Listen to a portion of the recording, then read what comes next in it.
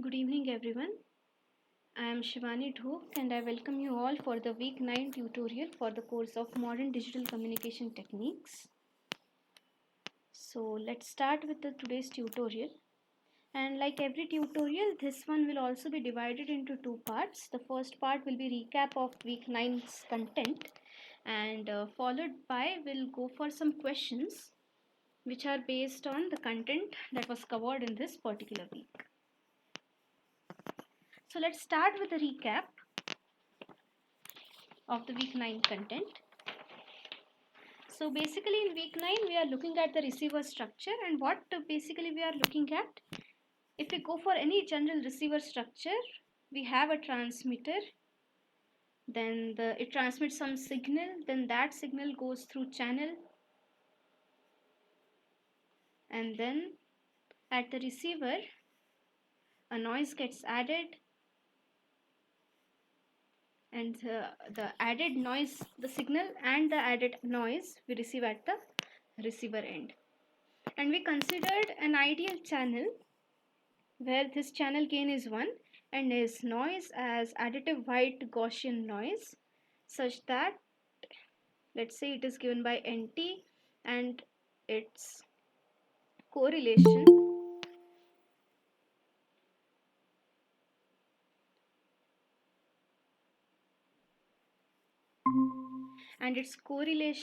or autocorrelation is simply N0 by 2 delta tau. That is, it is completely uncorrelated with the next time instant, and the PSD or the power spectral density of this is simply N0 by 2 for all the frequencies.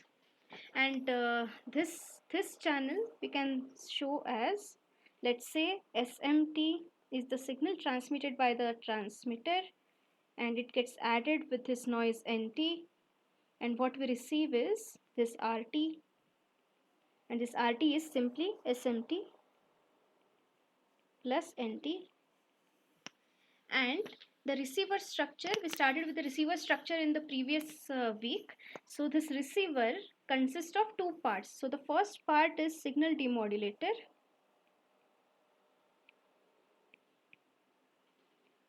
and followed by detector. So this entirely consists of the receiver, and the signal demodulator, this gives us a vector R, and this gives us which waveform was transmitted, or let's say M star. That is, it detects the waveform which was transmitted by the transmitter based on this R bar, which is given as an input to this detector. Now for the signal demodulator, we considered two possible receiver structures. The first one was correlation receiver, and the second one was the matched filter. So what does this correlation receiver do? This correlation receiver projects this signal RT, which is being received at the antenna. This RT, it projects on n orthonormal basis functions. So these are which basis functions? These are the same basis functions that are used to construct this signal SMT. We know that this SMT is simply summation n running from 1 to capital N SMK FKT. So these are the basis functions, these are the same basis functions on which we project it, and after projection we sample it at time t equal to capital T, and this gives us a vector which is R1 to capital Rn. This is what we get, and this vector R bar is basically given to the detector for further detection process. So this Rk, the kth component, kth entry of this vector R is basically given by Smk plus Nk, where this Smk is same as this Smk here, that is the coefficient for constructing the signal in this basis form, and this Nk. This Nk is simply projection of this Nt over the basis Fkt dt from 0 to capital T. This is the Fkt, and we derived the statistics of this Nkt, and we found out that This is 0 mean and has variance n naught by 2. And this is again, this nks are again IID, independent and identically distributed random variables. So this is what we have done for correlation receiver. After looking at the correlation receiver, we went on to see what is matched filter. So now the aim is, if you go back here, the aim is to obtain this vector R. The signal demodulator's only aim is to provide this vector R. So another way of getting this vector R is, instead of having this projection process, what we'll do is we will pass it through filters which have impulse response as flipped and shifted version of the basis functions. So this HKT is basically FK capital T minus small t, and then after passing through this filter we sample it at again T equal to capital T, and this again results in the same R vector which we have obtained here, same R vector, and we send it to the detector again. Now this is known as a matched filter just because which we match this to the kth signal or kth basis. This impulse response is matched to the kth basis. And an important property of this matched filter is it maximizes signal to noise ratio, or what we call as SNR. Now these are the two ways in which we can get this vector R, and after getting this vector R, the next block of this reception process is this detector. So after having these, we looked at different kinds of detectors. The optimal detector that we looked at was this map. So this map, which is also known, which is basically maximum a posteriori probability detector, and this is the optimal detector. What does it do? It compares the a posteriori probabilities, that is probability that this SM was transmitted after observing the vector R. So how to interpret this a posteriori probability is that we have observed this R. Now what is the probability after observing this R that this SM was transmitted? Now that particular SM which has the largest value corresponding to this particular probability or this particular PDF, that will be the most likely thing that was transmitted, and that's why this corresponds to the optimal detection rule.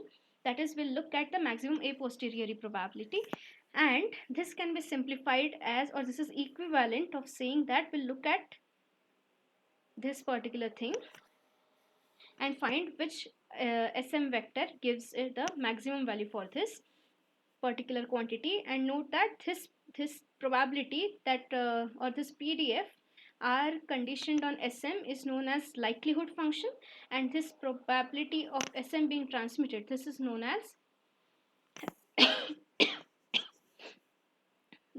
as a priori probability. After seeing map detector, what we did was we said that okay, let's set this probability SM, that is probability of sending this particular signal vector or particular signal, be equal to 1 by m, or let's say these are equiprobable. Then if we do that, this is constant and we can ignore it, and this reduces to ML rule, and that is maximum likelihood ratio or maximum likelihood rule or maximum likelihood detector or ML detector. And a map is equivalent to ML if and only if this SM are equiprobable. Then we looked at this ML for Gaussian noise case, and that reduced it to minimum distance detector. So for Gaussian case, this is equivalent to minimum distance detector, and this distance is basically the Euclidean distance, and this can also be written as in this form, where this is a correlation function, or let's say projection of R on SM, and this is an energy term or some sort of bias term. Then we specialize this for binary pulse amplitude modulation case, and we found out the optimal detection rule as something like this. This R is the received signal, and let's say S1 is equal to minus S2 is equal to under root EB, and the decision region is basically something like this. n naught upon 4 under root EB log 1 minus P upon P, where this P is probability that S1 is transmitted. So how to interpret this?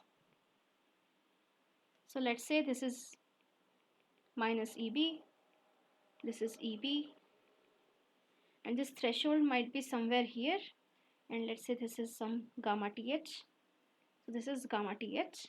So if I am have R is received somewhere here, that is, suppose this R is somewhere here, let's say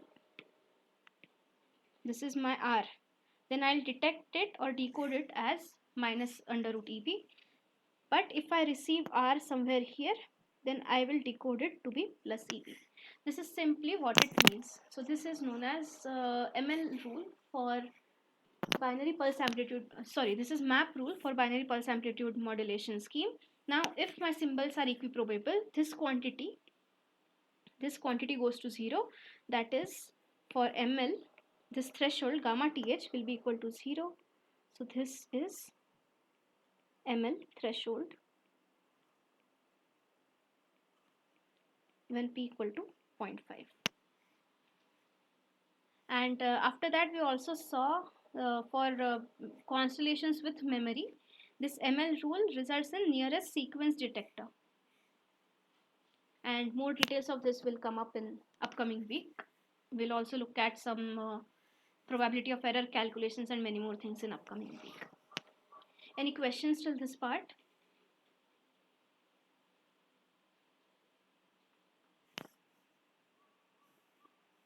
Just give me a quick feedback if I'm audible.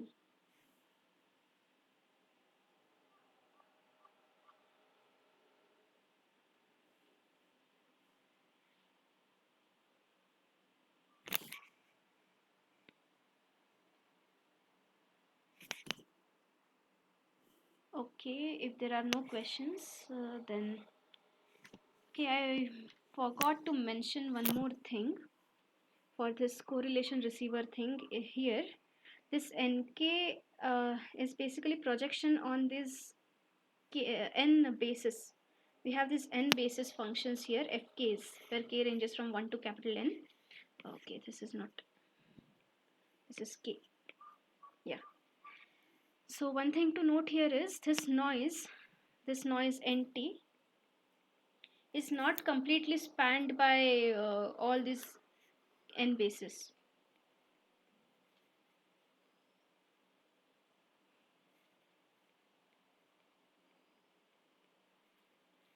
And we had seen that, let me add a blank page.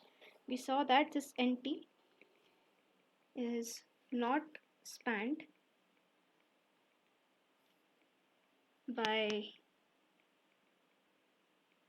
these basis functions, these n basis functions, and we saw that this n dash t or n prime t is simply nt minus summation k running from 1 to capital N, nk, fkt.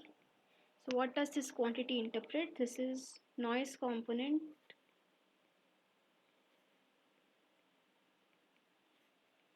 outside the space spanned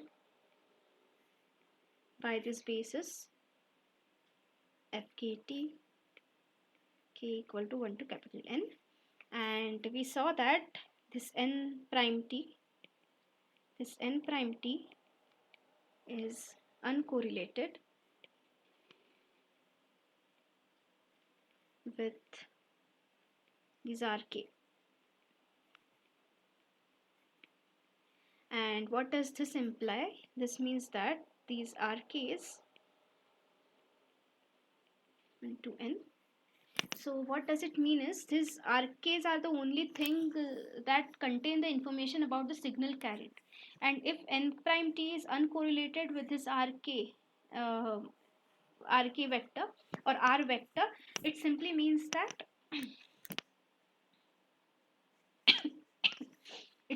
that this n prime t does not contain any information about what signal component is being transmitted or what signal is being transmitted, and therefore these rk's are sufficient statistics.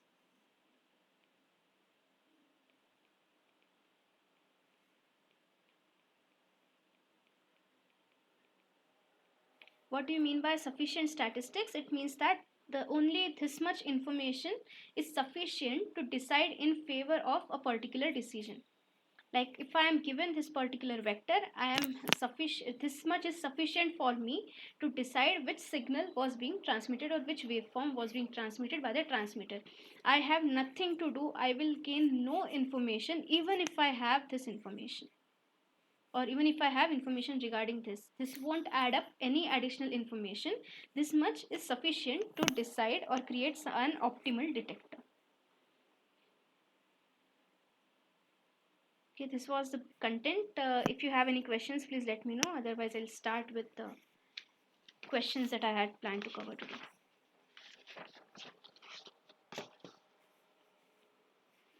Okay, so let's start with today's question. So what does it say? So it says that find the orthonormal basis for transmitting the following two signals. Okay, so I forgot to number them. Let me do it. So let's say that this is S1T and this is S2T. So these are the two signals. Now you can clearly see by observation that these two are orthogonal, which means that these two, if I normalize with energy, with their respective energies, will give me two basis functions. So let us just prove it formally or mathematically that these two are orthogonal. And how do we do that? We do it by doing S1T, S2T's inner product. So if we do that, what do we have is, it is integral 0 to capital T, S1T, S2T, dt, which is equal to, now if we observe carefully for this interval, this is plus A, this is plus A. However, in this interval, this is minus A and this is plus A. So I can just split it in two parts. So this is Ts. It will be 0 to Ts by 2. S1T is A and S2T is also A dt, plus integral 0 to minus Ts by, sorry, Ts by 2 to Ts A, sorry, this is S2T is A and S1T is minus A dt, which is basically equal to A square into Ts by 2 minus A square into Ts by 2, which is 0, which means that orthogonal. It simply means that S1T and S2T are orthogonal. So what are the repercussions of this? So the first basis vector F1T will be simply equal to S1T upon under root of E1, and F2T will be simply S2T upon under root of E2. Now let us find out what is E1 and E2. So this E1 will be simply integral from 0 to capital Ts. Now if square of this signal, now this signal is A from 0 to Ts by 2 and minus A from Ts by 2 to capital T. Now if I square it, it will be A square for this entire duration from 0 to Ts. So this is simply A square dt. So this will be A square Ts. Similarly, if we do E2, this will be 0 to Ts. Now this is A for the entire duration, so this will be simply A square dt, which is equal to A square Ts.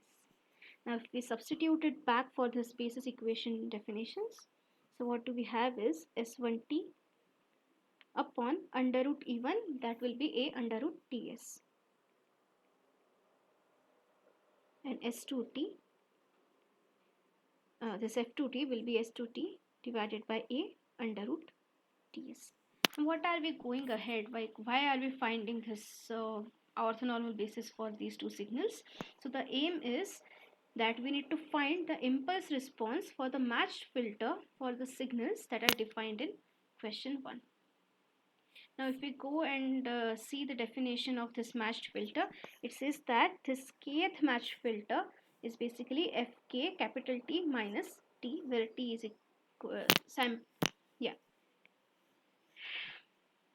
So what we need to do is we need to find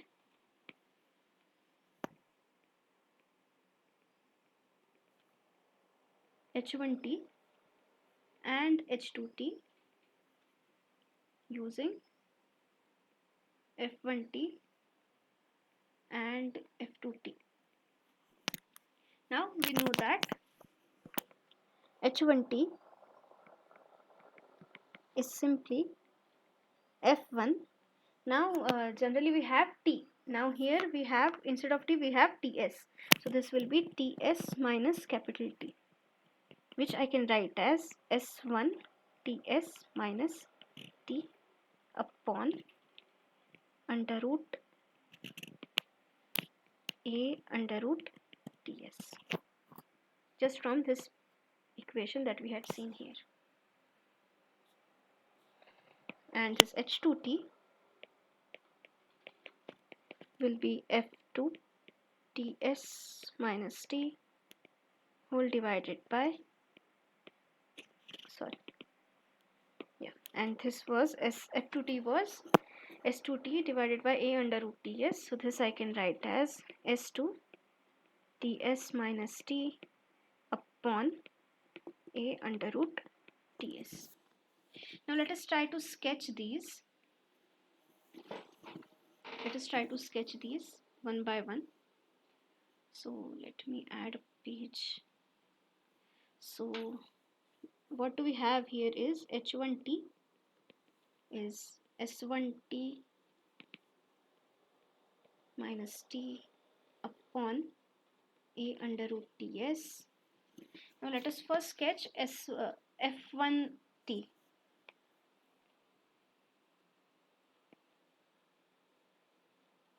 So it was something like this.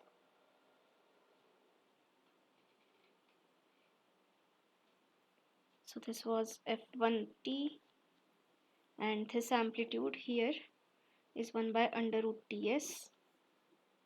It was A here, so we need to scale it by 1 by TS. So this was 1 by TS, and this amplitude was minus 1 by under root TS. Okay, now once we have that, how to interpret this signal? So this is simply F1 of TS minus T. How can we write it? We can write it as F1 minus T minus TS. So how to interpret this? First thing that we need to do is flip it, and second thing we need to do is shift it by TS to right. Okay, first we need to do the operation that is outside this bracket. That is, first we need to flip, and then we need to shift this signal by TS. So if we flip it, so first thing we need to do is we need to flip it, that is F1 of minus T. How will it look? This is T. F1 of minus T will be something like this.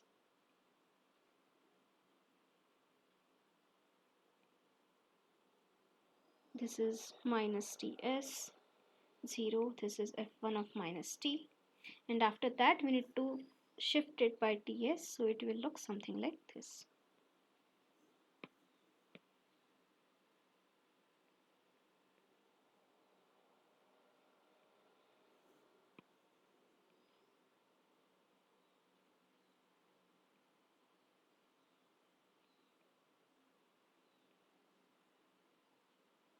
So this is 1 by under root TS, this is minus 1 by under root TS, this is TS by 2, and this is capital TS, and this thing is F1 of capital TS minus T, and this is simply H1 of T. So this is how H1T will look. Now let us try to sketch H2T. H2T is simply F2 Ts minus capital T. And how does this look? H2T. So this is S2T was A, and this S2T has to be scaled by a factor of A under root Ts. So now S2T upon this quantity will be just 1 by under root Ts, and this entire thing as it is. So this F2T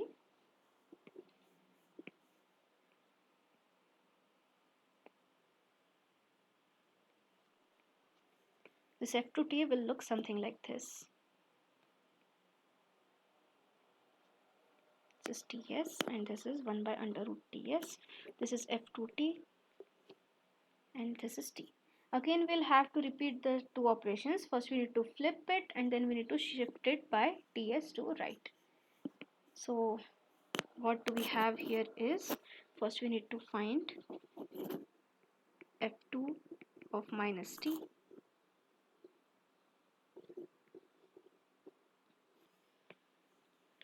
So that is just flipping it along this axis. So this will look something like this. This will be minus Ts. This will be 1 by under root Ts. This is 0 and this is time axis. And after that we need to shift it by capital Ts towards right.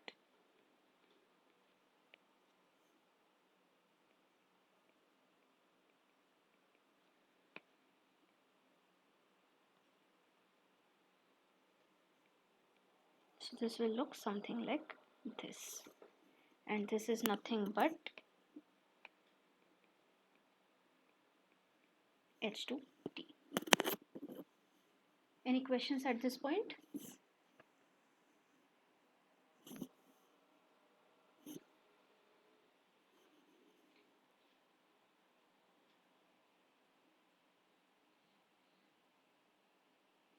Please feel free to ask doubts at any point of time.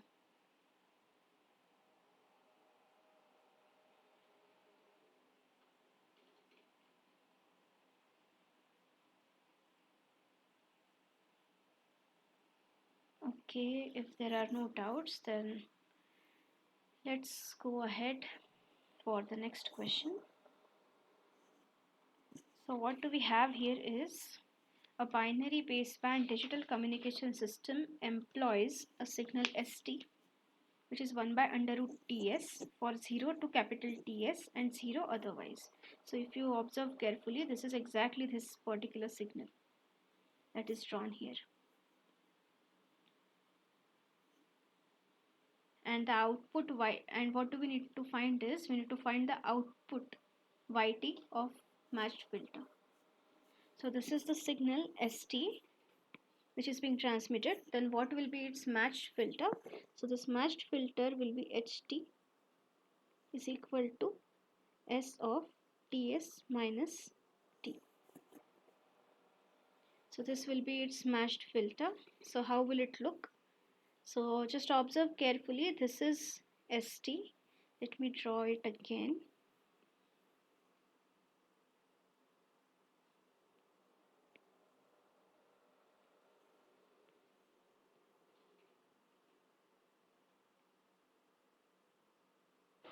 This is Ts. This is 1 by under root Ts. And this is ST. And we had seen the matched filter for this in the previous question. So this is exactly the same matched filter that we have obtained. This is ST now. So ST minus STS minus T will be simply this quantity which is drawn here. So this will be exactly same as ST.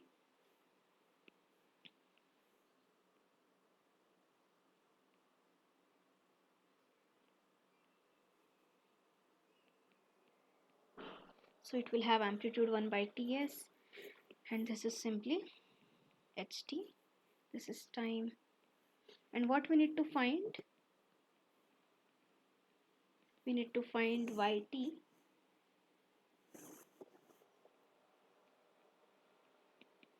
which is output of ST to the filter. And when we have a linear filter, this output is obtained by convolution operation, which is simply ST convolved with ht, which I can write as this st convolved with s of ts minus t. Okay, now we need to find this particular operation. Now convolution is basically we need to flip one of the signal, shift it by t. Next thing is multiply pointwise, and fourth thing is add. So this multiply and add or integrate.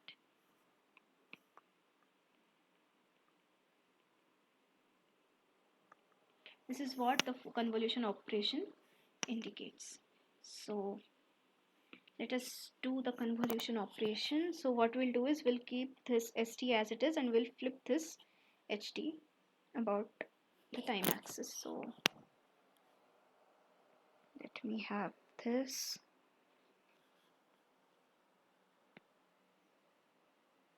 Yeah, so this is my st.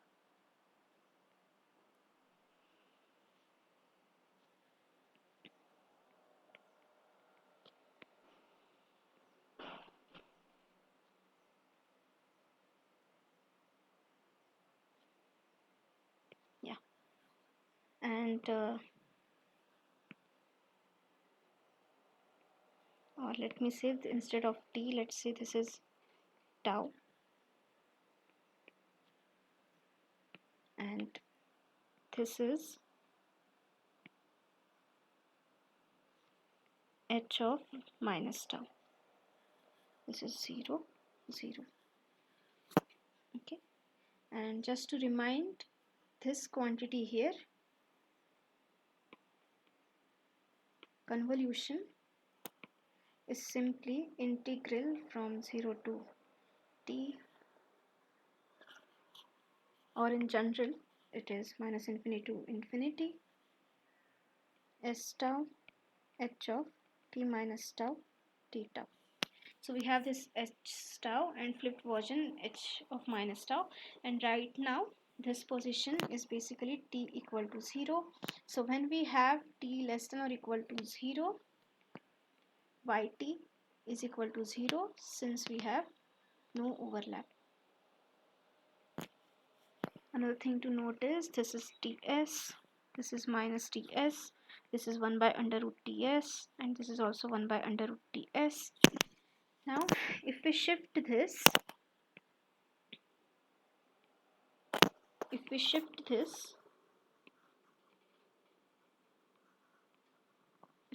it something like this, this is at the case when t equal to 0. If we shift it slowly like this till t equal to 1, we get a particular kind of overlap from 0 to t. However, if we shift it further something like this, then this overlap changes, and now that overlap is from t minus ts to capital Ts. So we have two cases. Let's say the first one, and this t is between 0 to capital Ts. So this is h of t minus tau, and now we are looking at the case when 0 is less than t is less than or equal to Ts. So this is the overlap, this is the overlapped region, this is the overlapping region, and this is 0, this is t, and this is t minus ts. So this yt is basically integral 0 to capital T. H of t minus tau is 1 by under root ts in this region, and s of tau is also 1 by under root ts d tau. So this is 1 by ts integral 0 to t d tau, which is simply t by ts. Now, as mentioned previously, suppose we shift it further.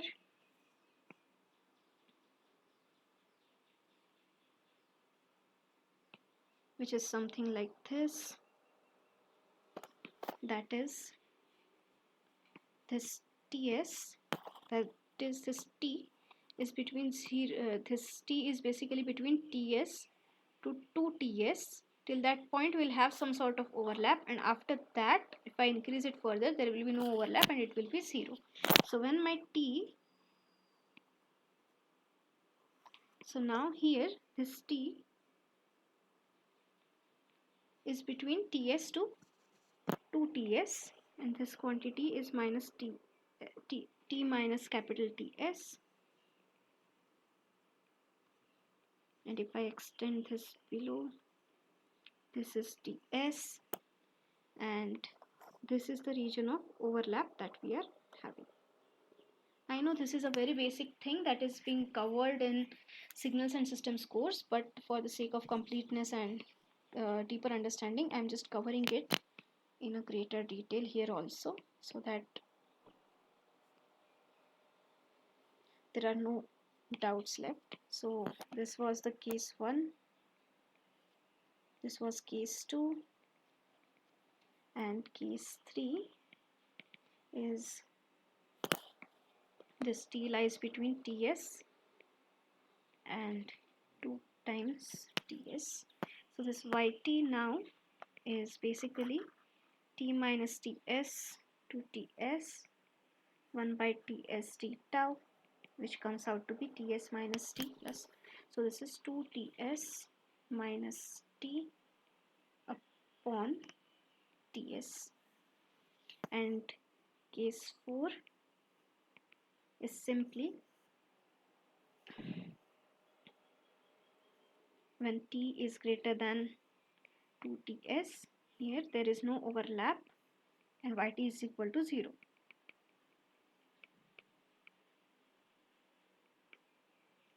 So let us summarize it. So what do we have? This YT is equal to 0 when T is less than 0, or let's say less than or equal to 0. This is equal to T upon TS when T is between 0 and capital TS. It is equal to 2TS minus T, sorry, this is capital TS, upon TS when this T lies between TS and 2TS, and it is equal to 0 when T is greater than 2TS. And how does it look? It looks something like this.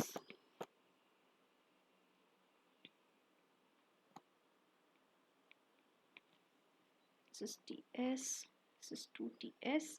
At TS, so if we look carefully here, at TS this YT is equal to 1. So let's say this is 1.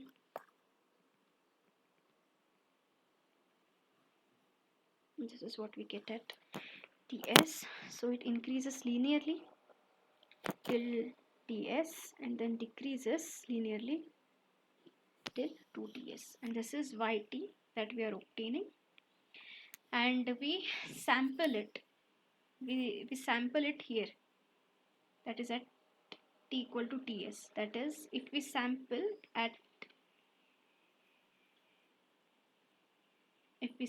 it at T equal to capital TS, then YTS is simply equal to 1.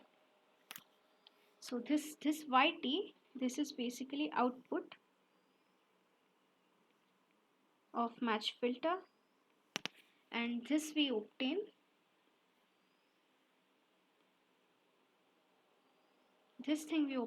after sampling at T equal to capital TS. Any questions?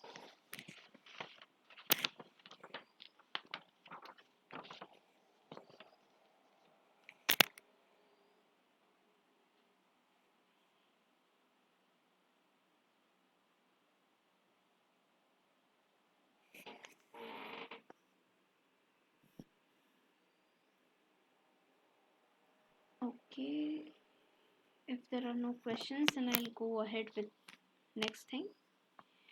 So we had looked at various modulation techniques, that was pulse amplitude modulation, phase shift keying, quadrature amplitude modulation, frequency shift keying, and many others. Now let us look at how do the matched filters for each of these constellations look. So the next question says that we need to give the matched filters. We need to give the matched filters for the following constellations. Now again if we go back to the definition of this matched filter, we know that the kth matched filter,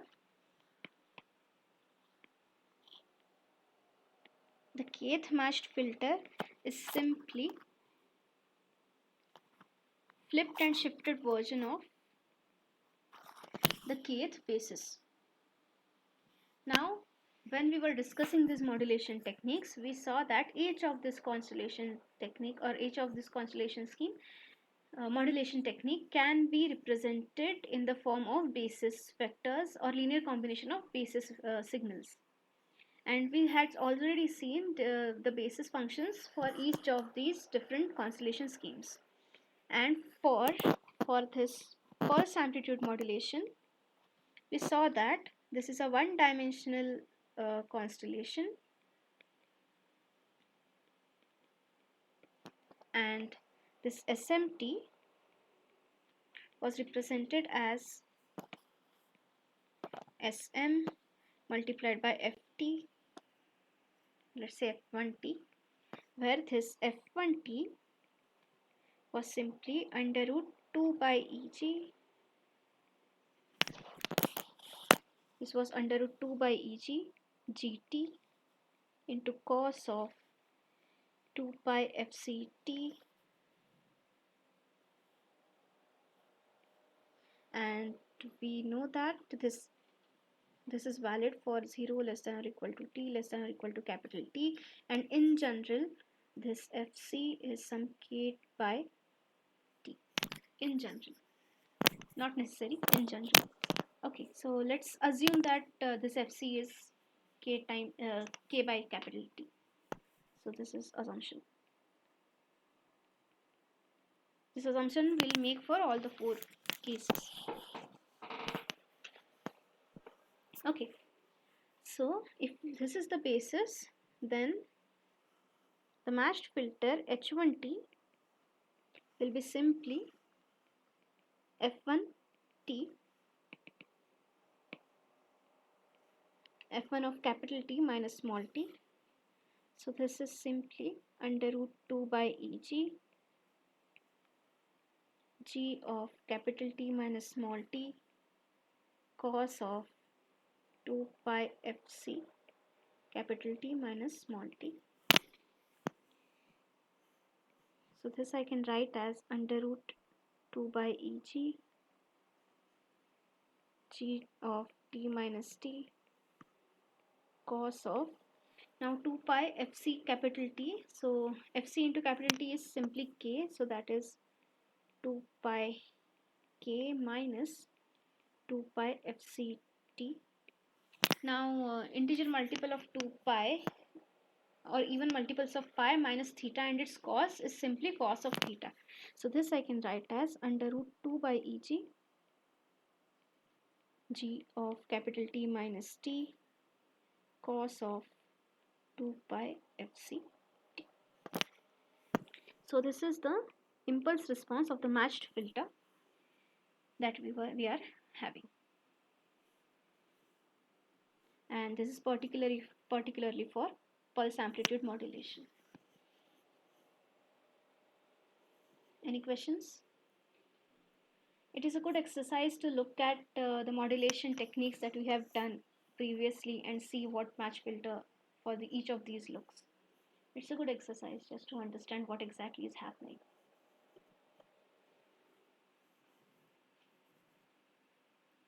Like we should be able to map the two concepts which we have studied. The communication system is an entire block and we are looking at each block individually. So we should be able to understand the linkage between each of these blocks. So if we have some modulation techniques through which we are transmitting, and at receiver if we are having these matched filters which depend on the basis functions of and these basis functions for, if it depends on some basis functions and those correspond to some particular modulation techniques, then we should be able to link these two concepts. So that's why I have taken this particular question.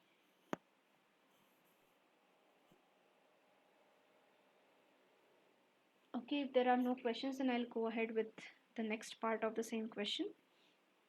So now we need to repeat the same exercise for MPSK. Now we know that for MPSK, it is a two-dimensional constellation. That is, it has two basis signals or basis functions, and those two are f1t is under root 2 by Eg cos 2 pi fct, and this gets multiplied by the pulse shaping filter or pulse shaping signal, that is gt.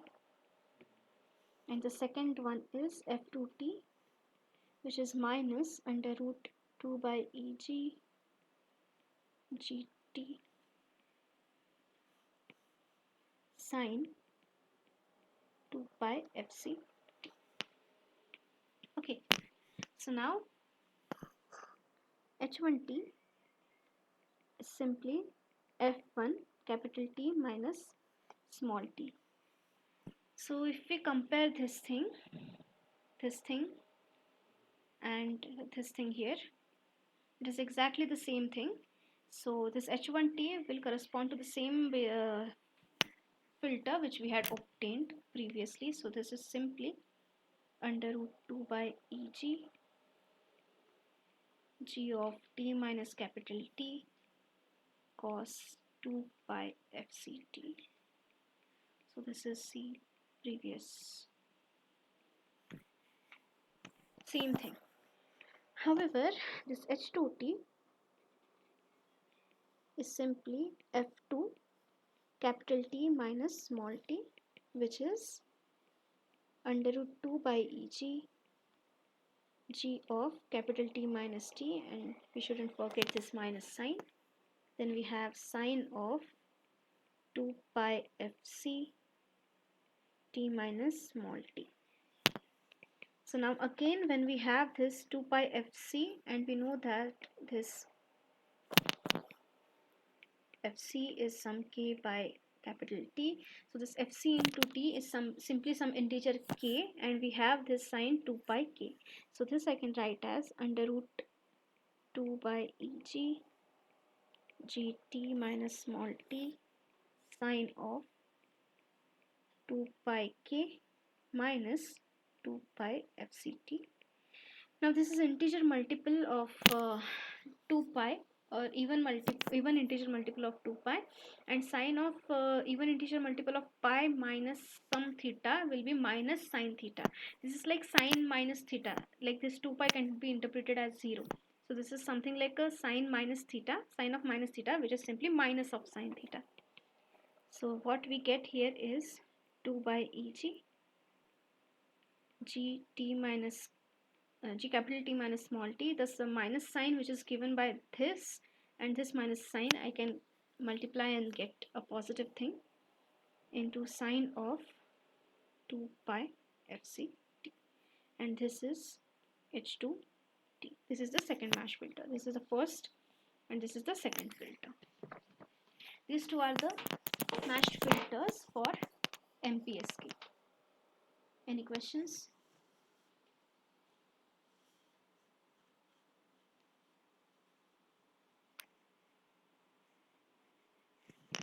Okay. Yes. Rana, in at H2 of T, the 2 pi k, how do we neglect that? Okay. So to understand this, let me show you. Oh,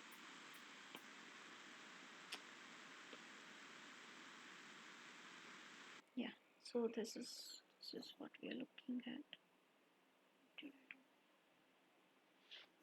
Okay, yeah. So let us look at this quantity 2 pi k minus 2 pi fct. So this is what we are having.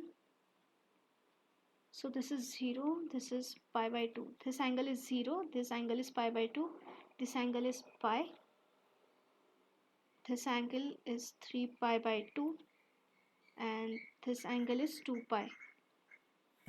Now if I repeat this multiple times, so this I can also write as this is some sort of k pi by 2, k pi, k and k2 pi.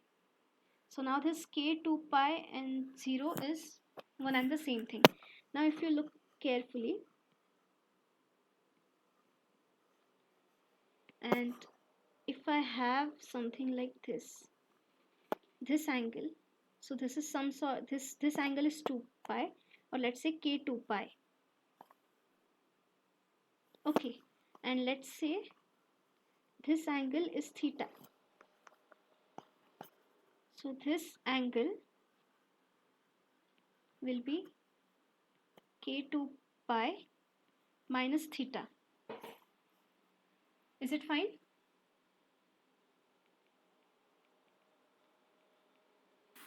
Yes, madam. Something like this. Okay, so now we know that this 0 and k2 pi are similar. So this I can write as, this is equivalent to writing sine of 0 minus theta, which is equal to sine of minus theta. Is it right?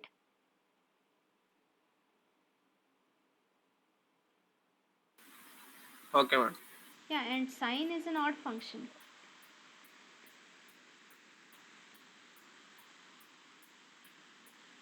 And therefore this will be minus sine theta. Another way to look at it is something like this. This is fourth quadrant, and any point, let's say with a radius r, this is r, so I can write it as r cos theta and r sin theta, and this is with respect to this angle. Now suppose the same thing I do like this is theta, and I have this point here. So now this x coordinate remains same, however now this y coordinate will be negative. So if I am in fourth quadrant, or this is just an interpretation, so I'll have a minus sign. So this angle is either minus theta, or this angle is 2 pi minus theta. Is it fine? Mm.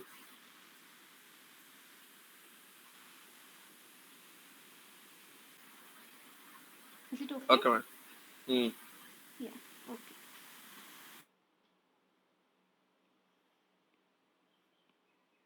Okay, so let's go ahead with the next part.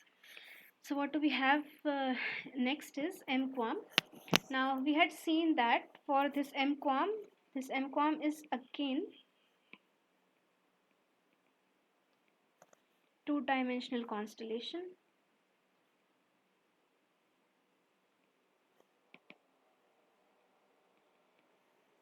and we had seen that the basis functions for this MQAM are exactly same as the basis functions for MPSK.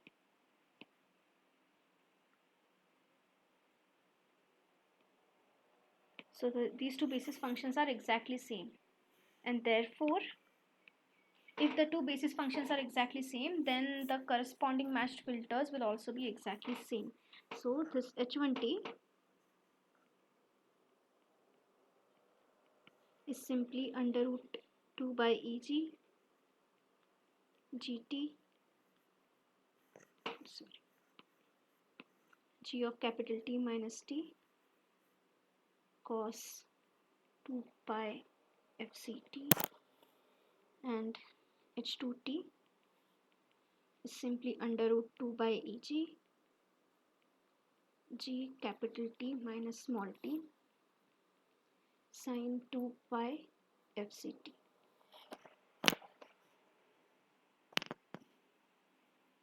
I hope this part is clear, because it's exactly same. MQAM and MPSKs have same basis functions. Now let us look at this MFS key, that is M-array frequency shift key. For frequency shift key, the mth basis function is under root 2 by Eg gt cos 2 pi fc plus delta fc plus m delta f t, and this m is ranging from 1 to till capital M. And why are we getting this? Because all of these M signals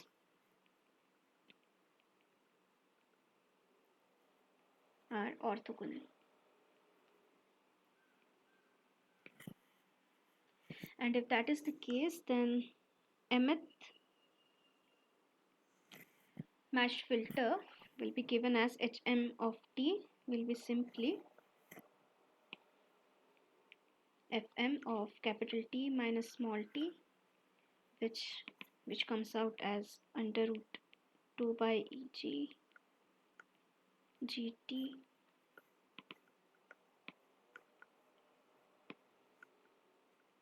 t minus small t cos of 2 pi fc plus m delta f t minus small t.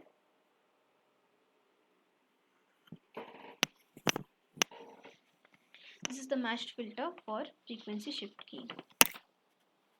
Any questions?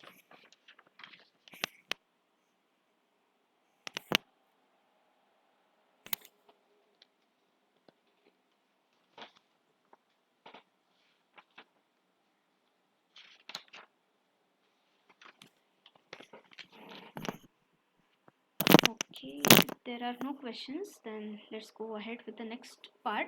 And now the remaining 6 questions that I'll be covering will be based on the detector part.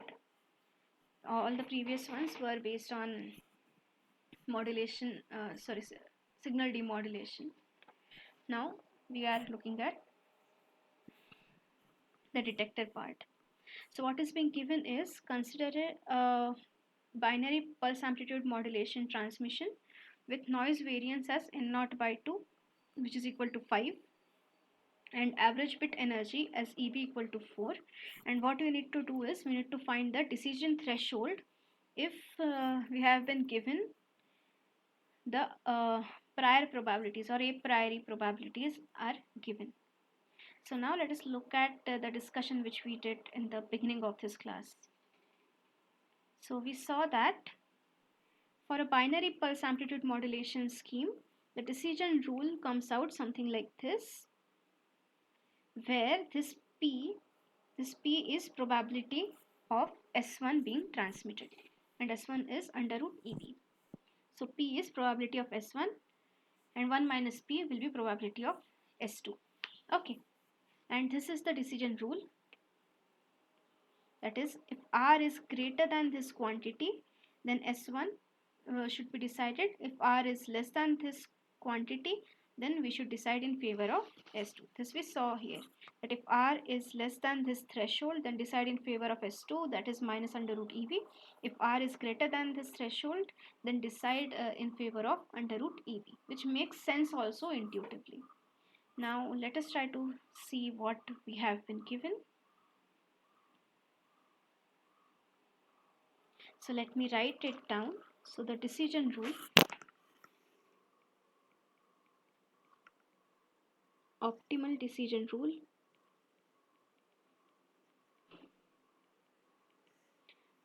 I'll write it here just to save space.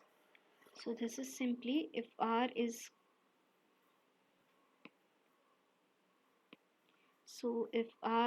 greater than, there is a quantity which is n0 by 4 under root EB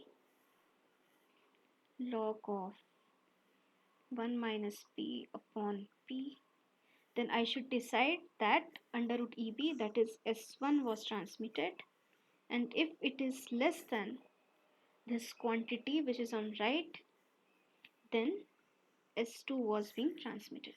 So how to interpret this symbol here? This symbol, you should interpret that if this particular thing, these things that are written above and below this symbol basically correspond to the decisions that we are making. So if this R is greater than this quantity, then decide in favor of S1, and if this R is less than this quantity, then decide in favor of S2. This is a standard notation in decision theory or detection theory that is being done, that is being used. So this is a standard thing, and let's say that this quantity here is gamma th, some threshold. Okay, and we know that P is equal to probability of S1, and 1 minus P is simply probability of S2. And we have been given these probabilities for 3 different cases. And what do we need to find is, we need to find gamma th, that is this threshold. So let us do that.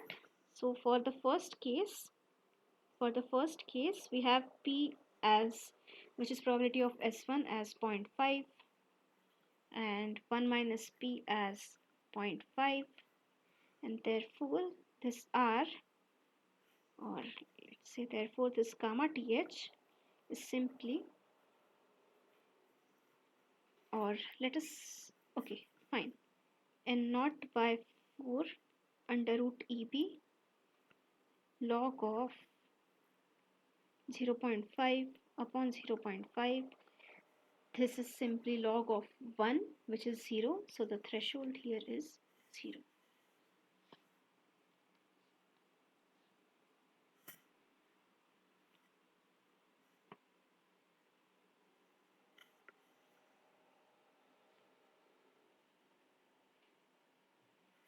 Any questions?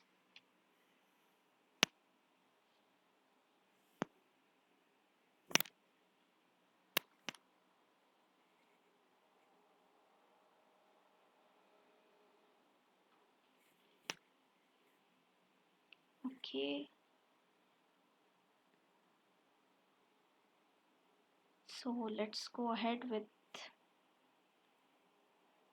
the next part of this question. So what does it say? It says that probability of S1, now this P is 0.1 and 1 minus P is 0.9. Okay, so this gamma th is n naught upon 4 under root EB log of 1 minus P upon P, which I can write as, this n naught by 2 is given as 0.5, so this n naught is simply 10 upon 4 multiplied by under root EB, under root 4 is simply 2, so this 4 into 2 into log of 0.9 upon 0.1, so this comes out to be 5 by 4 log 9. Note that this is a natural log. Okay, this is a natural log.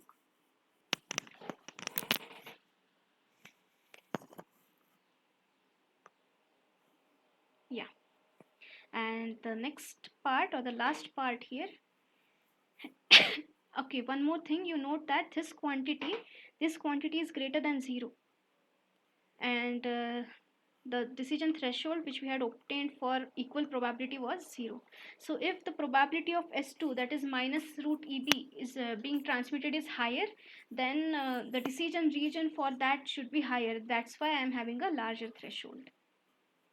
Now let us look at the opposite case. Now here my P is equal to 0.6 and 1 minus P is simply equal to 0.4.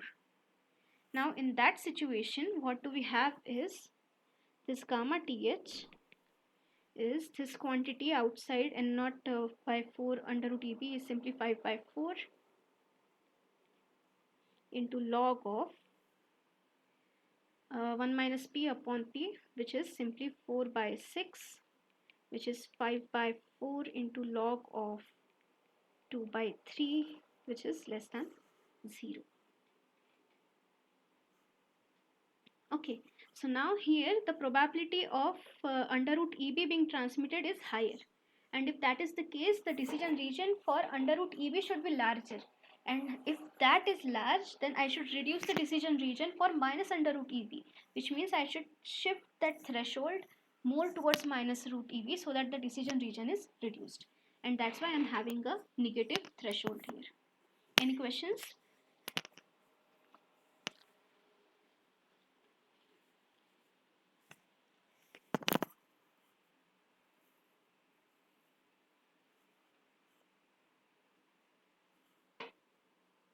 Okay, if there are no questions, then let's go ahead with the next sixth question that I had planned.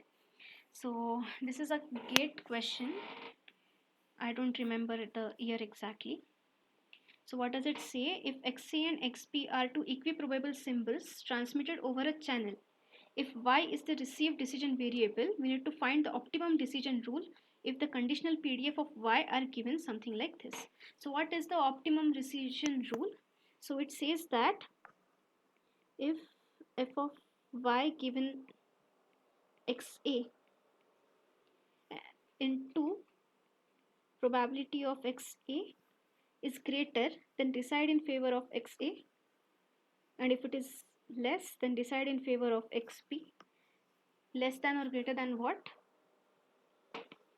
So f of y given xb into probability of xb. Now we know that this probability of it is given that these two signals are equiprobable. These are equiprobable, which means that this quantity and this quantity are same, so I can simply ignore them. So it says that f of y xa, if it is greater than f of y given xp, then decide in favor of xa, otherwise decide in favor of xp. This is what we are given. Now let us try to sketch these, because understanding this is complicated. We'll put and everything, and note that this u is the unit step function. So let us try to understand how this f of y xa look. So let us first sketch this u of y plus 1. So we know that this is u of y, this is u of y, and u of y plus 1 is simply a shifted version of this. So this is u of y plus 1. And how does this e of minus y plus 1 look? So this is e of minus y, and we need to shift it by one quantity here left. So this is 1, and this is e of minus y, and this location it is 1, so this will also be 1. And this f of this quantity here is simply multiplication of this and this. So we need to multiply this signal and this signal. And if we do that, what we get is simply this signal. So what we are having is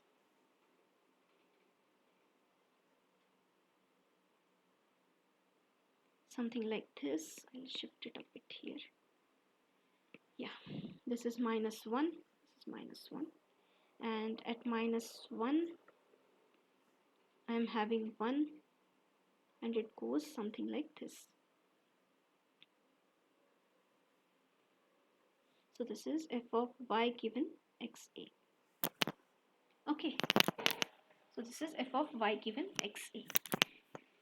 Now let us look at how does f of y given xb look.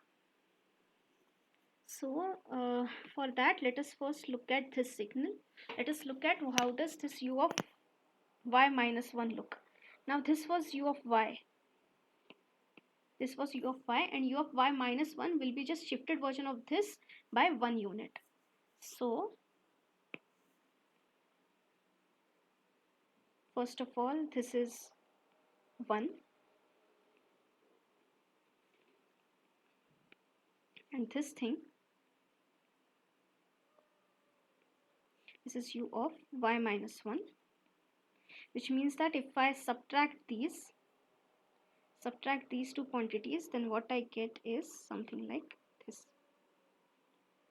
This is simply 1 minus u of y minus 1. Now how does this e of y minus 1 look? So this will be simply, first let us look at e of y.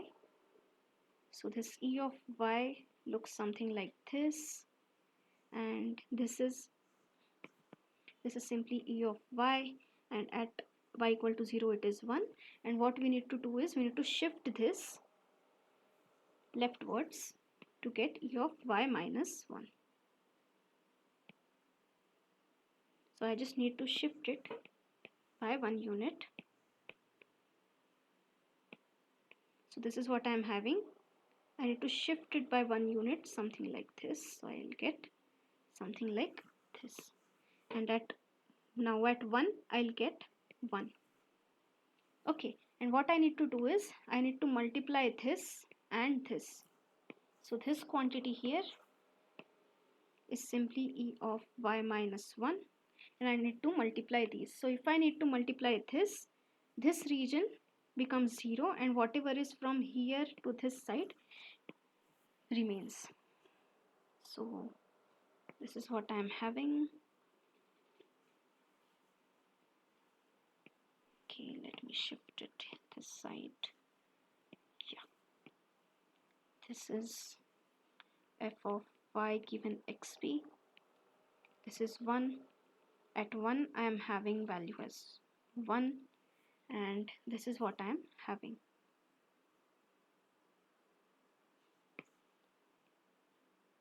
Yeah, yeah. And another thing to note that at 0 I have like this value here is e of minus 1. Similarly, if I look here, if I consider this thing and substitute y equal to 0, then here again I get e of minus 1. So this is what I am having. This is f of y given xp, and this is f of y given xa. Now, in order to understand the decision rule, let us draw these two on the same plot. So let's say this is y, this is 0, this thing is 1 by e, and let's say this is 1, and this is what I am having here. So let us first draw, okay, let me also draw plus minus 1. This is minus 1, this is plus 1. Let us first draw e of y given xa. So it starts from minus 1 and gets extended till infinity, and at minus 1 it takes value 1. So it is something like this. So this should be much below. This is 1 by e. Should be less than 0.5. Yeah, let's have it here. This is 1 by e. So this will be something like this. Okay, so this thing here is f of y given xa. And similarly, if we draw this f of y given xp, it starts from 1 and gets extended to minus infinity, like it's from minus infinity to 1. And again at 1 it has value as 1, and then at 0 it takes value as 1 by e and gets extended to infinity. So now what we need to do is we need to decide the threshold. So let us look at this decision rule again. Let's take this.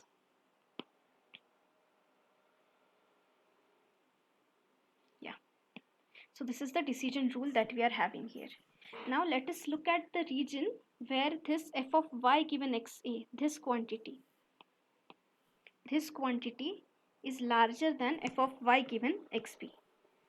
Okay, so in this region, or from here, this region, if you look at this region and this region, in these regions, what do we have? We have this f of y given xa, f of y given xa greater than this f of y given xp. So this quantity here is f of y given xp. So here, yeah, in this region, Here f of y given xa is greater than f of y given xb. Now again, if we look at this region, f of y given xb is 0 and f of y given xa has some value, and therefore this should at this region also f of y given xa is higher. Now let us look at the regions where this f of y given xb is higher. So from in this region, this f of y given xb is higher compared to f of y given xa, and similarly in this region also we have something similar. So now what we can say is, if y belongs to -1 to 0, or it belongs to 1 to infinity, decide in favor of xa. Now if y belongs to 0 to 1, or it belongs to -1 to -infinity, then decide in favor of xb. So this green highlighted region is the decision region which corresponds to xb, and this orange one corresponds to the decision region for xa. Any queries?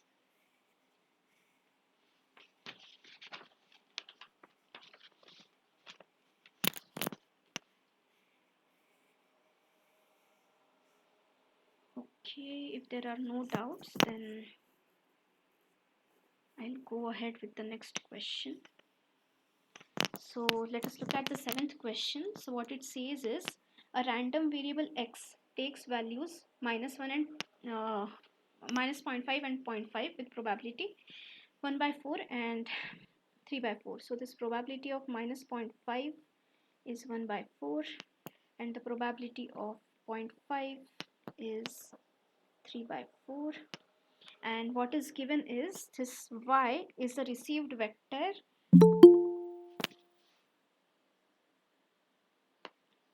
Just a minute. Yeah. So this y is the received vector and it is simply x plus z. So this is equal to -0.5 plus -0.5 plus z. If x equal to -0.5, it is equal to 0.5 plus z if x equal to 0.5. Okay, so this is what we are having, and another information that is given is this x is uniformly distributed, this z is uniformly distributed in -1 to 1.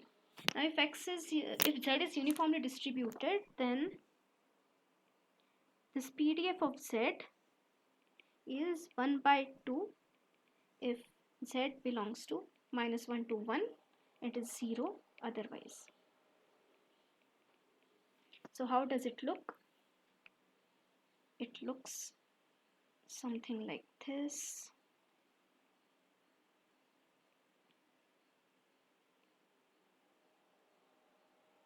This is 1/2, this is -1, and this is +1. Now let us find, so what is our optimal decision rule? The optimal decision rule is map rule. So this map rule says that if my probability of 0.5 into a PDF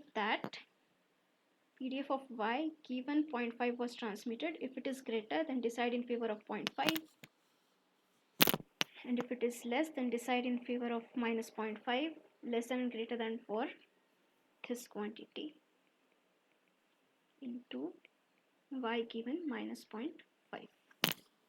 Okay, so this is what we are having. Okay, so if we have this quantity, then this thing here is let us just substitute probability of 0.5 and -0.5. So this is 3/4 into PDF of y given 0.5 into 1/4 y given -0.5. So this is simply 3 times PDF of y given 0.5 is greater than or let's say less than PDF of y given -0.5. Okay, so this is what we are having here. So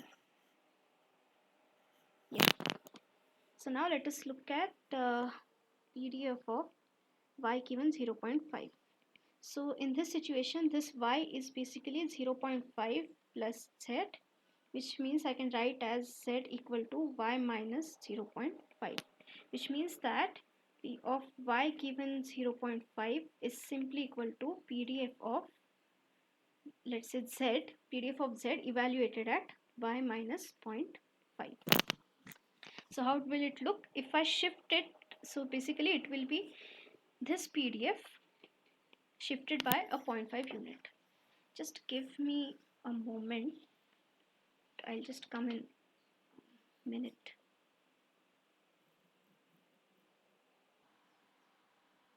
Yeah, so what we were looking at was this particular PDF that we need to find, that is this PDF of y conditioned on 0.5 is simply PDF of this z evaluated at y minus 0.5.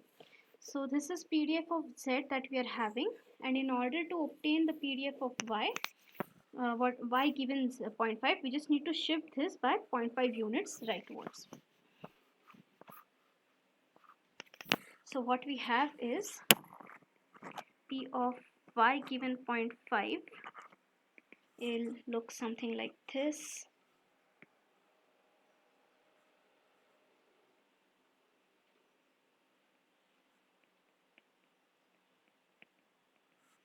So if we look, this is 1, this was minus 1, this was 1, and yeah, this was,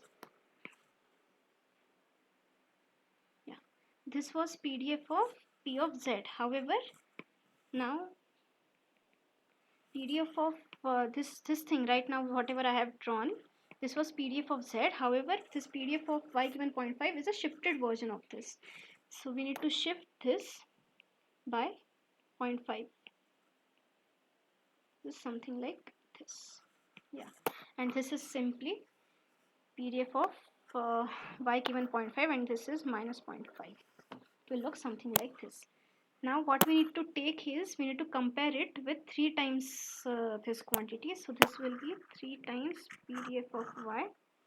So what we need to do is, we just need to do 3 times this. This was originally 1 by 2.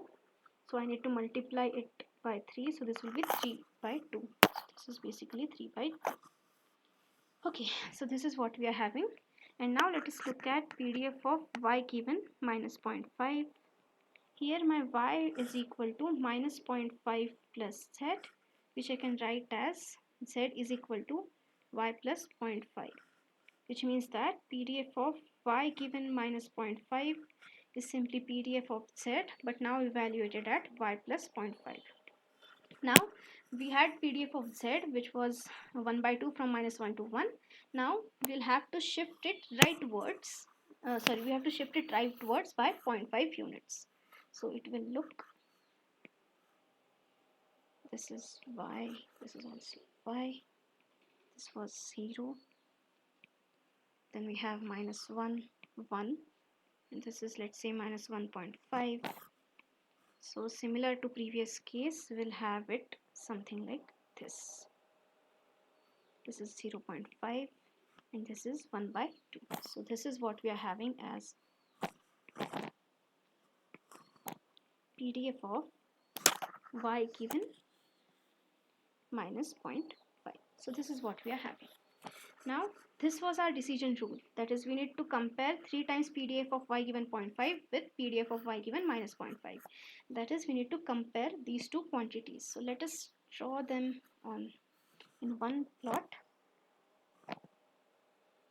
So this is what we are having.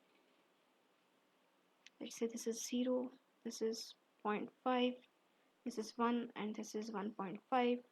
Let's say this is minus 1, or let's say this is minus 0.5, this is minus 1, and this is minus 1.5, 0.5, 1, and 1.5.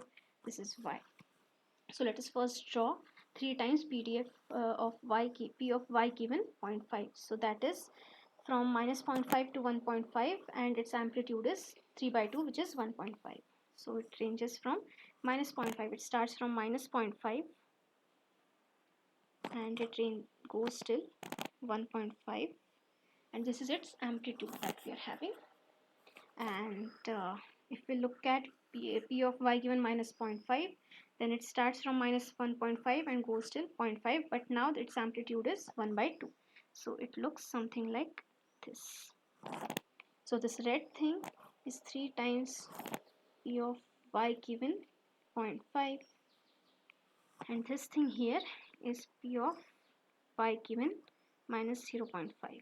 And what we need to find is, we need to find this alpha.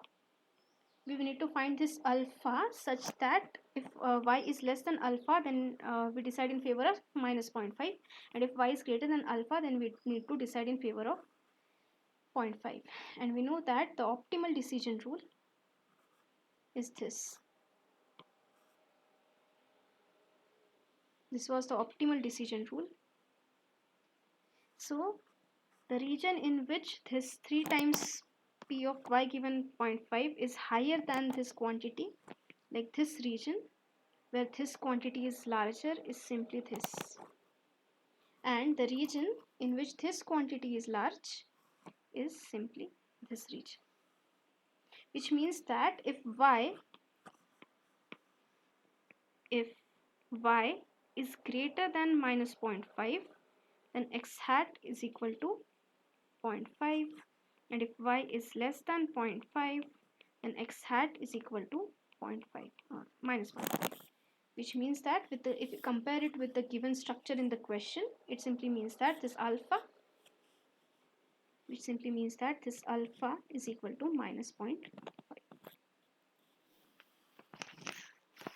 Any questions?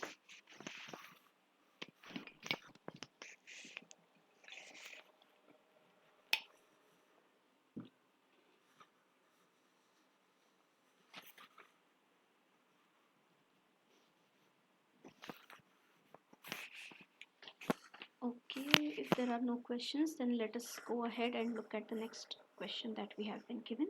So this is also a similar question as the previous one. So what does it say? That a source emits 0 and 1 with probabilities 1 by 3 and 2 by 3. So what we have is probability of 0 as 1 by 3 and probability of 1 as 2 by 3, and it is communicated to a receiver over AWGN channel, and receiver decides on 0 and 1 based on the decision statistics, which is R. And what we need to do is, we need to find the optimal decision threshold if the likelihood functions are given. So what is the optimal decision rule? That is map rule. So this p of 0 into f of r given 0, if it is greater than p of 1 into f of r given 1, then I will decide in favor of 0, otherwise I will decide in favor of 1. So this p of 0 into f of r given 0, this quantity is basically equal to p of 0 into f of r given 0. P of 0 is 1 by 3 and f of r given 0 is 1 by 4. So 1 by 3 into 1 by 4 is simply 1 by 12 for minus 3 less than or equal to r less than or equal to 1 and 0 otherwise. And this p of 1 into f of r given 1, this is equal to p of 1 is 2 by 3, 2 by 3 into 1 by 6, this 2 by 3 into 1 by 6, 2 by 3 into 1 by 6 is simply 1 by 9, and this is for minus 1 less than or equal to r less than or equal to 5, and this is 0 otherwise. So this is what we are having. So let me write it again, or let's try to draw it directly. So this is what we are having. This is r. So let me have minus 1, minus 2, minus 3, 1, 2, 3, 4 and 5. So let us first try to draw P of 0 into f of r given 0, and it is equal to 1 by 12 for minus 3 to 1. So it starts from this minus 3 until 1. It remains, and its amplitude is 1 by r, and otherwise it is 0. So this quantity which I have drawn here is simply P of 0 into f of r given 0. And the next quantity that we need to draw is P of 1 into f of r given 1, and it is equal to 1 by 9 for minus 1 less than or equal to r less than or equal to 5. So it starts from minus 1 and goes all the way till 5. And this has amplitude as 1 by 9, and this quantity is P of 1 into f of r given 1. Now the decision rule, again I'll just copy paste it there. Yeah, so we need to compare these two quantities. So let us see the region where this quantity is larger. So the region in which this quantity is larger is this one, and the region in which this quantity is larger is this one. So just let me correct myself. This thing won't go outside minus 0.5 and 1.5. It is a uniform distribution, so it will be something like this. So like we won't go outside here. So this no need to take decisions for. Yeah, so this is what we are having here. So in this pink region we are having P1 into f of r given 1 higher, which means that if I have r greater than or equal to minus 1, or let's say it is less than or equal to 0.5 also, then decide 1 was transmitted,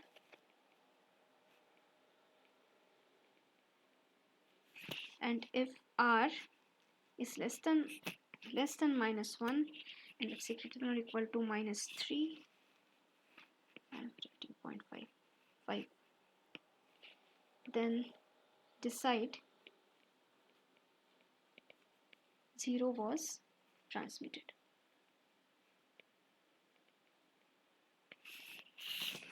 Any questions?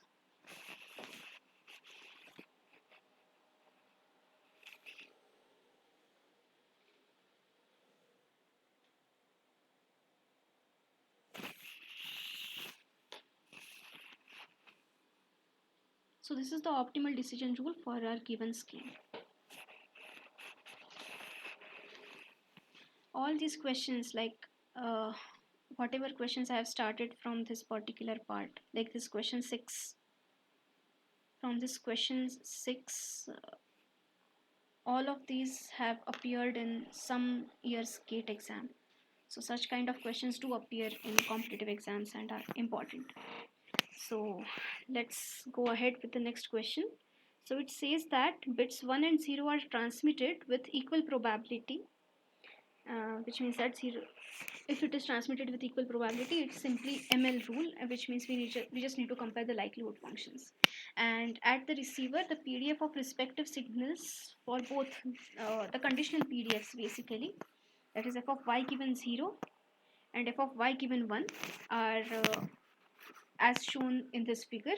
And what we need to do is we need to find the optimum decision threshold. Now this is the only region in which we can receive the particular signal, and what is being given is f of the PDF of y given 0 is transmitted is this, and if we take this point, that is this point of intersection, let's say this is some alpha, then this point, if we look at this region,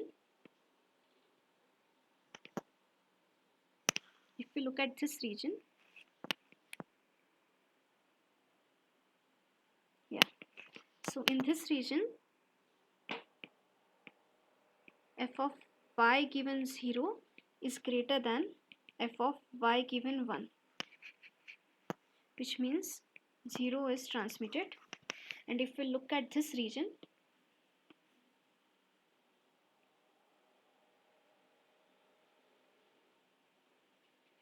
yeah, then in this region f of y given 1 is greater than f of y given 0, which means 1 is transmitted. Okay, so which means that decision threshold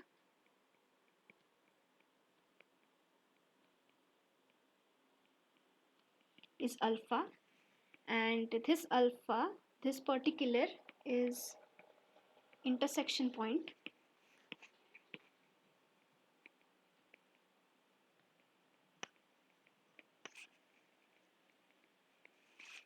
of these two lines. Okay, so what we need to do is we need to find this particular intersection point.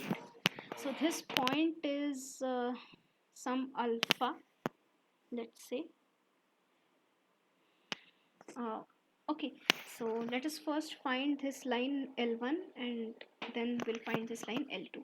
So what we need to find is this L1. So this L1 line passes to 2 points. So the first point is 0, 0 and the second point is 2, 0.5, which means that if we go for y equal to mx plus c kind of formula or slope intercept formula, then we have this y by x is equal to 0.5 by 2, which means that y equal to, or let's say this is y and this is t, so just to be precise, say this is t, so this y sorry, this is y and this is, let's say, some f, yeah, so this f by y is equal to this, so we have f is equal to y by 4. So this is the first line that we are having, and this L2 passes through 0, 1 and 1, 0, and if this has a slope of -1, so the slope is -1 and intercept is 1, so this line is f equal to -1 y plus 1, that is -y plus 1, and this alpha is basically intersection of these two lines. So what do we have is we need to just equate these two lines. So alpha by 4, so at y equal to alpha, these two have same value, that is f is same for both of these cases. So in that situation, alpha by 4 is equal to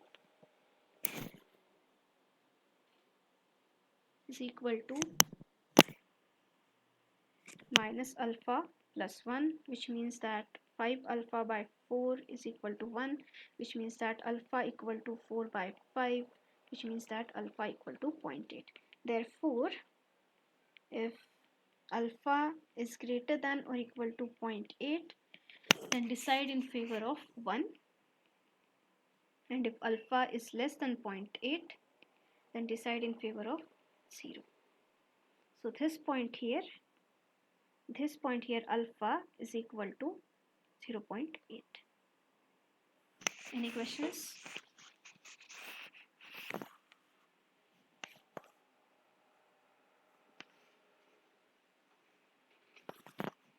Okay, if there are no questions, then I'll move ahead with the last question that I have planned to cover today.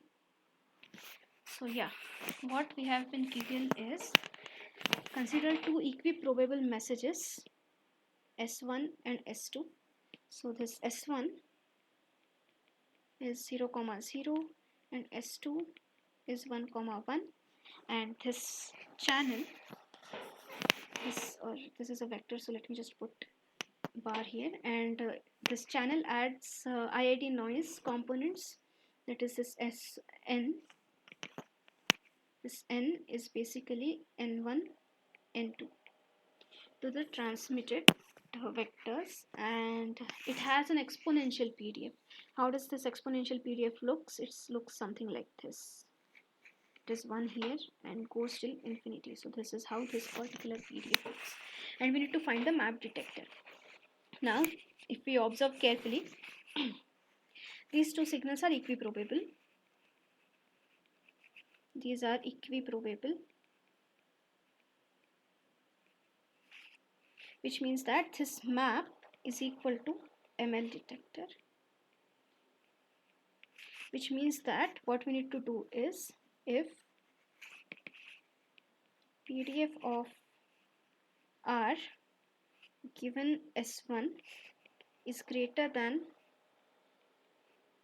PDF of R given S2, then detect in favor of S1, otherwise detect in favor of S2. Okay, so what is R? R is the received vector. So this R is simply SM plus N, where this M is 1 or 2. Okay, so now let us find PDF of S given, PDF of R given S1. Now if S1 is transmitted, then this R is equal to S1 plus N. And if we observe, this S1 is simply 0, 0. So this is 0, 0 plus N1, N2, which means that this is N1, N2. And therefore, this PDF of R given S1 is simply PDF of this noise vector Pn, but now evaluated at R bar, which is equal to, now you observe carefully, what is this PDF of this noise vector? So now this noise vector, this I can simply write as N1, N2. Now this N1 and N2 are independent. It is given that these are IID. If these are IID, I can simply productify it. So this I can write as PDF of N1 into N1 into PDF of N2 into N2. So this comes out as PDF of N1 is e power minus N1. So this is e power minus N1 into e power minus N2 for N1 and N2 both greater than or equal to 0. So this comes out as e power N1 plus N2, where N1, N2 both are greater than or equal to 0, and it is 0 otherwise. So this is what we are having. So from here, this PDF of R given S1 is basically equal to e power this PDF, but now evaluated at R, where this R is basically R1, R2. So this will be R1 plus R2 for R1, R2 greater than or equal to 0, and it will be 0 otherwise. Okay, so this is the first thing that we are having. Now let us look at how to find this PDF of R given S2. Now if this is the case, if S2 is being transmitted, then this R bar will be equal to S2 bar plus N. So this is simply this S2. If you observe, this S2 is basically 1, 1. So this will be 1, 1 plus N1, N2. So this will be N1 plus 1, comma N2 plus 1. So if I simplify it, then I can write it as N1, N2 will be equal to R1 minus 1, comma R2 minus 1. So this R vector is R1, R2. Okay, so therefore this PDF of R bar given S2 is equal to PDF of this N vector, but now evaluated at R1 minus 1, comma R2 minus 1. Okay.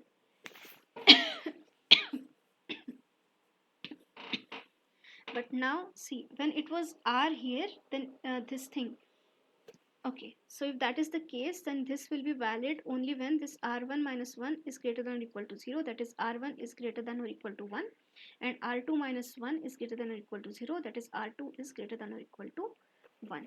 This is valid only in that situation. And if I substitute this here, that is e power minus n1 plus n2, then what do we get is, we get e power minus r1 plus r2 minus 2, which comes out to be e power minus r1 plus r2 into e power 2. So this is what we are having here. So let me write down these two PDFs again. So what we are having here is PDF of r bar given s1 is equal to e power minus r1 plus r2 for r greater r1 comma r2 greater than or equal to 0, and it is and this PDF of r given s2 bar is e power minus r1 plus r2 multiplied by e square. This e to the power 2 we are having, but now this is valid when r1 comma r2 is greater than or equal to 1. So now let us try to visualize this. Let us try to draw a p2d plot. Okay, something like this. So let's say this is r1 and this is r2, this is 0, this is 1, and this is also 1.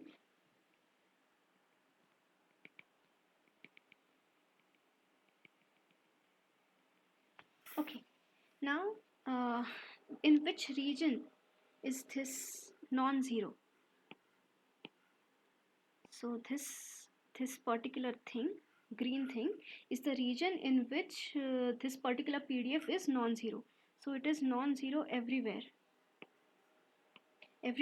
for r1 and r2 greater than 0. So this is the region.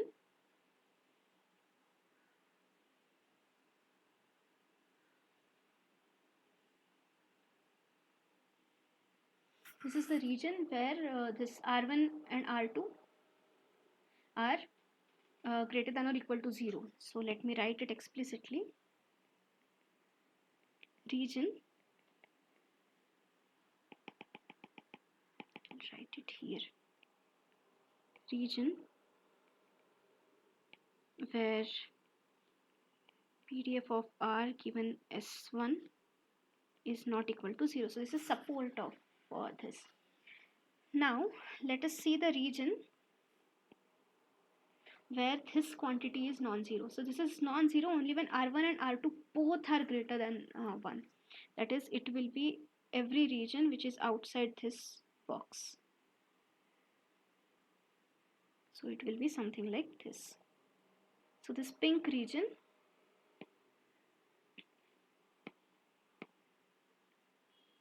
is the region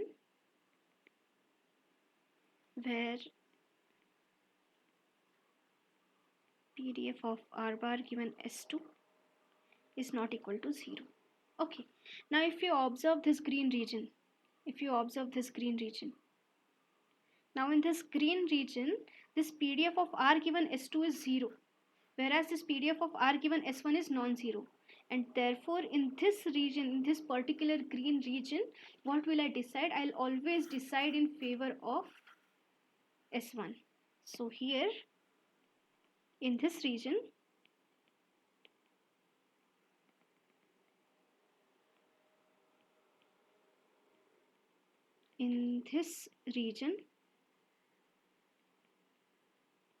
decide in favor of s1 as PDF of r bar given s1 is greater than PDF of r bar given s2, which is equal to 0. Now if you look at this region, this pink region, now in this pink and green, both of these, if you look at this region, in this region both P of r1 r given s1 and P of r given s2 both are non-zero. But now if you look at these quantities, now here this is common, However, we are having an extra e square term for PDF of r given S2, which means that in this pink region, this PDF of r given S2 is larger than PDF of r bar given S1. So, in this region,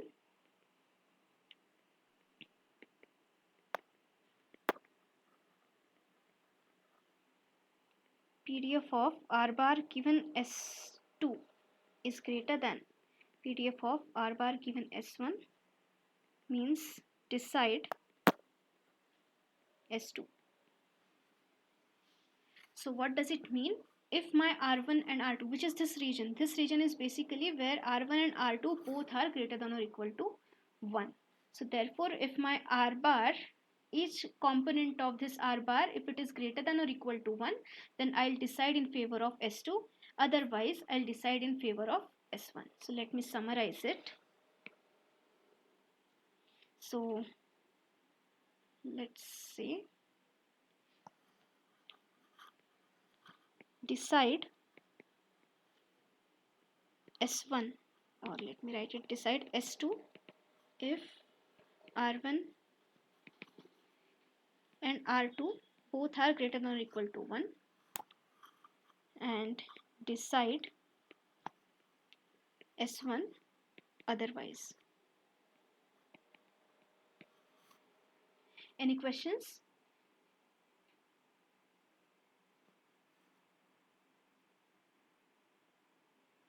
So this was all that I had planned to cover today. If you have any questions, please feel free to ask. Otherwise, you are free to leave the meeting.